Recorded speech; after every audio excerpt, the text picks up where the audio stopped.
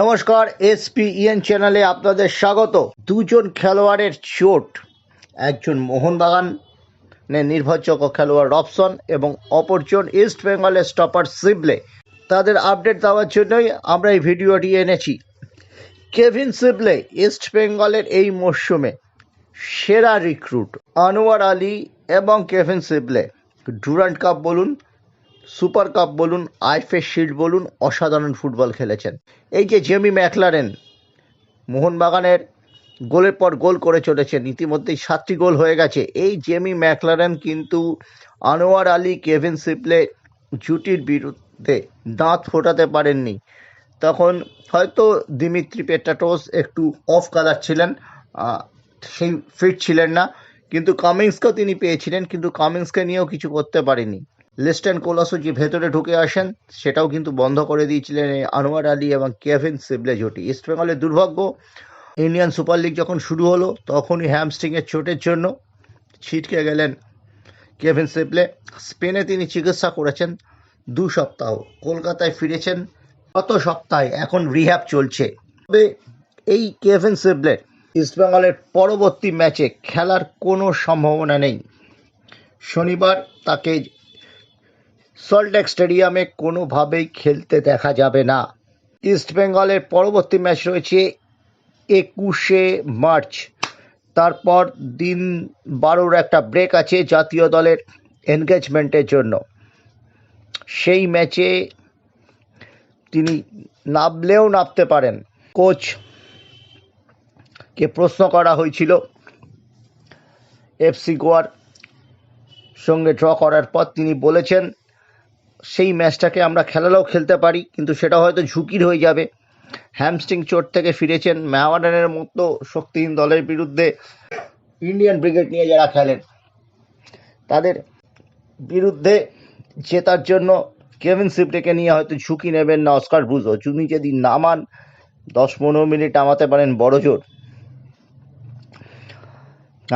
Edison Singh নিশ্চয়ই ঝামেলায় ফেলবেন সেদিন।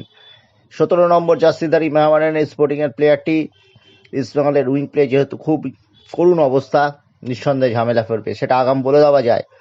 তবে 14ই মার্চ কেভিন সিবলের খেলার কোনো সম্ভাবনা নেই।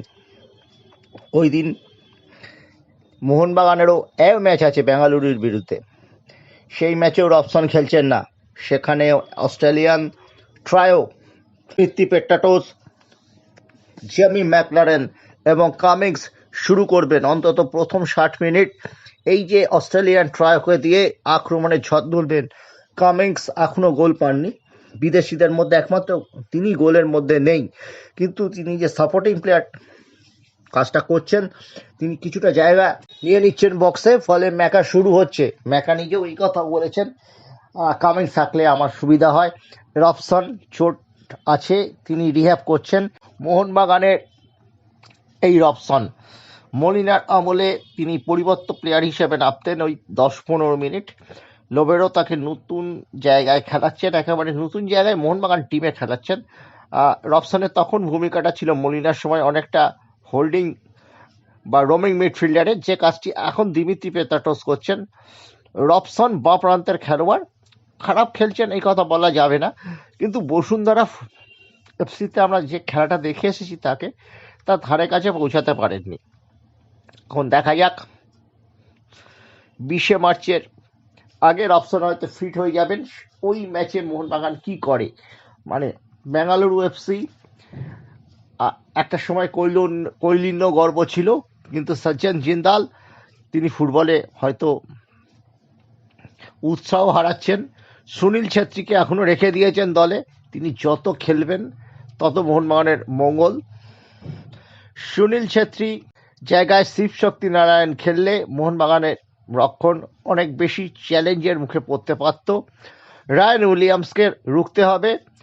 রায়ান উইলিয়ামস ছাড়া পাতে দেওয়ার মতো কোনো বিদেশি নেই। অপর যে 2জন বিদেশি রয়েছেন মিডফিল্ডে বেঙ্গালুরু এফসিতে, তারা কেউ 90 মিনিটের খেলোয়াড় নন। 70 মিনিটের মধ্যে তাদের দম ফুরিয়ে যাচ্ছে। হবে নাই বা কেন? মাত্র 7 দিন প্র্যাকটিস করেছে রেনেডি সিংয়ের দল। এই প্রথম বেঙ্গালুরুতে কোনো বিদেশি কোচ নেই, রেনেডি সিং দীর্ঘদিনের অ্যাসিস্ট্যান্ট কোচ, তিনি দায়িত্ব নিয়েছেন। রেনেডি হাতে কিন্তু খুব মাল মশলা বেশি নেই যে তিনি কোচ হিসেবে একটা ছাপ রাখতে পারবেন। তার উপর তাকে বয়ে বেড়াতে হচ্ছে সুনীল ছেত্রীকে, বোঝাই যাচ্ছে। সুনীল ছেত্রীকে 30 মিনিটের বেশি খেলালে কোনোভাবেই উচিত নয় এই মোহনবাগানের যা টিম আছে। আর সুনীল যদি 30 মিনিটের বেশি খেলেন তখন প্রায় 10 জনে হয়ে যাবে বেঙ্গালুরু এফসি, এবং সেক্ষেত্রে 3 পয়েন্ট তুলে নিতে কোনো অসুবিধা হবার কথা নয়। আর শনিবার দুই দলের ম্যাচ আছে, গুরুত্বপূর্ণ ম্যাচ, আমাদের নজর থাকবে সেই দিকে। মোহনবাগান জয়ের ধারা অব্যাহত রাখতে পারে কিনা, আর ইস্টবেঙ্গল জয়ের চেনা রাস্তায় ফিরতে পারে কিনা।